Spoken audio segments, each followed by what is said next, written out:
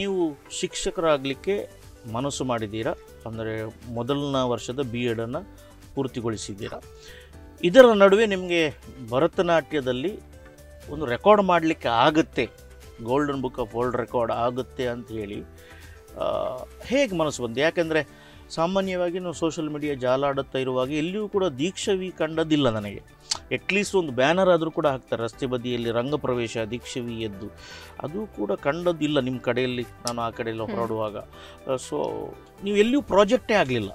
On the sudden ನೀವು ಬರ್ತೀರಿ, ದೀಕ್ಷಾವಿ ವಿದೂಷಿ ದೀಕ್ಷಾವಿ ಇವರಿಂದ ಒಂದು ನವರಸ ಕಾರ್ಯಕ್ರಮ ಅಂತ ಹೇಳಿ.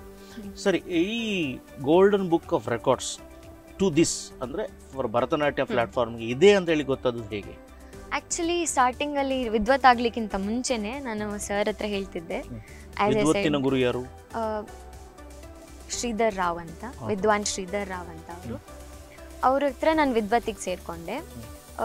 ತುಂಬ ಸಪೋರ್ಟ್ ಮಾಡ್ತಾಯಿದ್ರು ನನಗೆ, ಮಾಡು ಪುಟ್ಟ, ನೀನು ಮಾಡಿ ನಿಂಗೆ ಆಗ್ತದೆ ಅಂತ ತುಂಬ ಎನ್ಕರೇಜ್ ಮಾಡಿ, ನಂದು ತುಂಬ ಅಂದರೆ ಡೌನ್ ಇದ್ದಾಗ ಮೈಂಡ್ ಮಾರಲ್ ಸಪೋರ್ಟ್ ತುಂಬ ಕೊಟ್ಟು ತುಂಬ ಸಪೋರ್ಟ್ ಮಾಡಿದವರು ನನಗೆ. ಅವ್ರ ಹತ್ರ ನಾನು ಅಪ್ರೋಚ್ ಆದೆ, ಸರ್ ನನಗೆ ಏನಾದರೂ ಮಾಡಬೇಕು, ಹೌದು ಭರತನಾಟ್ಯಮಲ್ಲೇ, ಬಿಕಾಸ್ ನನಗೆ ಎಲ್ಲಿಯೂ ಸಹ ಆಪರ್ಚುನಿಟಿ ಅಂತ ಸಿಗಲಿಲ್ಲ, ಅಥವಾ ನಾನು ಯಾವುದೇ ಆಪರ್ಚುನಿಟಿಯನ್ನು ಹುಡ್ಕೊಂಡು ಹೋಗಲಿಲ್ಲ. ಬಿಕಾಸ್ ನನಗೆ BSc ಮಾಡಬೇಕಿತ್ತು, ಆಫ್ಟರ್ BSc ಈಗ BEd ಮಾಡ್ತಾ ಇದ್ದೇನೆ. ಅದೆಲ್ಲ ನನಗೆ ಸ್ವಲ್ಪ ಹೆಕ್ಟಿಕ್ ಆಗ್ತದೆ BSc ಮಾಡೋದಂದರೆ. ಅದ್ರ ಜೊತೆ ಕ್ಲಾಸಸ್ ಕೂಡ ಮಾಡ್ತಾ ಇದ್ದೆ ಸ್ಟೂಡೆಂಟ್ಸಿಗೆ. ಸೊ ಇದೆಲ್ಲ ಇರುವಾಗ ನಂಗೆ ಬೇರೆ ಯಾವುದಕ್ಕೂ ಹೋಗಲಿಕ್ಕೆ ಎಲ್ಲ ಆಗ್ತಾ ಇರಲಿಲ್ಲ. ಅದಕ್ಕೆ ನನ್ನಷ್ಟಕ್ಕೆ ನಾನು ಡ್ಯಾನ್ಸ್ ಕ್ಲಾಸ್ ಮಾಡೋದು, ಕಲಿಯೋದು, ಅದು ಇದು ಅಂತ ಅದರಲ್ಲೇ ಇದ್ದೆ. ಆಮೇಲೆ ಯಶವಂತ್ ಸರ್ ಅಂತ ಇದ್ದಾರೆ, ವಿದ್ವಾನ್ ಯಶವಂತ್ MG ಸರ್ ಅವರು 24 hours ಇದು SP ಬಾಲಸುಬ್ರಹ್ಮಣ್ಯ, ಹೌದು SP ಬಾಲಸುಬ್ರಹ್ಮಣ್ಯ ಅವರು ನಮ್ಮ ಸ್ವರಸಾಗರದಲ್ಲಿ ಮಹಾಗುರು, ನಮ್ಮ ದೈಜ್ ವರ್ಲ್ಡ್ನಲ್ಲಿ. ಸರಿ, ನೀವು ಹೀಗೆ ಅವರು ನಿಮಗೆ ಪ್ರೇರೇಪಣೆ ಕೊಟ್ಟರ ಅಥವಾ ಹೌ ಟು ಅಪ್ಲೈ ಎಲ್ಲ ಹೇಳಿದ್ರ? ಅವರನ್ನು ನಾನು ಮೊದಲೇ ನೋಡಿದ್ದೆ. ನಂದು ಕಚ್ಚೂರ್ ಅಂತ ಮಾಲತಿ ದೇವಿ ಟೆಂಪಲ್ ಇದೆ, ಅಲ್ಲಿ ನನಗೆ ಅವರು ಆ್ಯಂಕರ್ ಆಗಿ ಬಂದಿದ್ರು. ಅಲ್ಲಿ ಅವರದ್ದು ಆರ್ಕೆಸ್ಟ್ರಾ ಮಿಡಲಲ್ಲಿ ನಂದೊಂದು 2 ಡ್ಯಾನ್ಸ್ ಇತ್ತು ಆ ಪ್ರೋಗ್ರಾಮಲ್ಲಿ. ಸೊ ಅಲ್ಲಿ ನನಗೆ ಅವ್ರ ಪರಿಚಯ ಆಯಿತು. ನಾನು ಅವರೊಟ್ಟಿಗೆ ಒಳ್ಳೆ ಸಂಬಂಧದಲ್ಲೇ ಇದ್ದೆ, ಮಾತಾಡ್ಕೊಂಡಿದ್ದೆ. ಇದು ಮಾಡ್ತಾರೆ ಅಂತ ಗೊತ್ತಾದಾಗ ಅವ್ರು ಅದೆಲ್ಲ ಆದ್ರ ಮೇಲೆ ನಾನು ಅವರನ್ನು ಕಾಂಟ್ಯಾಕ್ಟ್ ಮಾಡಿದ್ದೆ. ಹೇಗೆ ಮಾಡಿದ್ರಿ?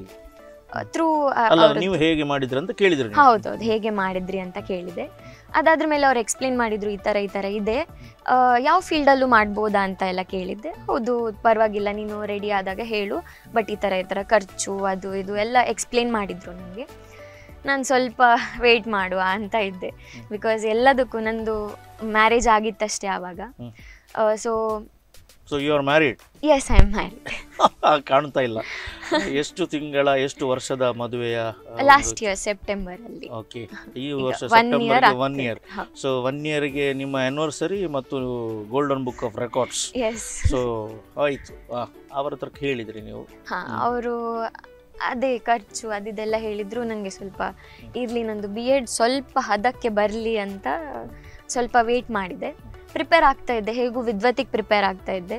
ನಂದು ಗುರುಗಳ ಹತ್ರನೂ ಹೇಳಿದೆ, ಸರ್ ಈ ಥರ ಇದೆ ಅಂತೆ, ನಾನು ಮಾಡಬೇಕು ಅಂತ. ಸರ್ ಕೂಡ ಅದೇ ಹೇಳಿದರು, ವಿದ್ವತ್ ಆಗಲಿ ಪುಟ್ಟ, ನೀನು ವಿದ್ವತ್ ಒಂದು ಕಂಪ್ಲೀಟ್ ಮಾಡ್ಕೊ, ಎಲ್ಲ ಮಿಕ್ಸ್ ಮಾಡ್ಕೊಳ್ಬೇಡ, BEd ಒಂದು ಕಡೆ ಅದು ಇದು ಅಂತ ಎಲ್ಲ ಕಡೆ ಎಲ್ಲ ದೋಣಿಗೂ ಕಾಲು ಹಾಕಬೇಡ ಅಂತ ಅವರು ಸಜೆಸ್ಟ್ ಮಾಡಿದರು ನನಗೆ.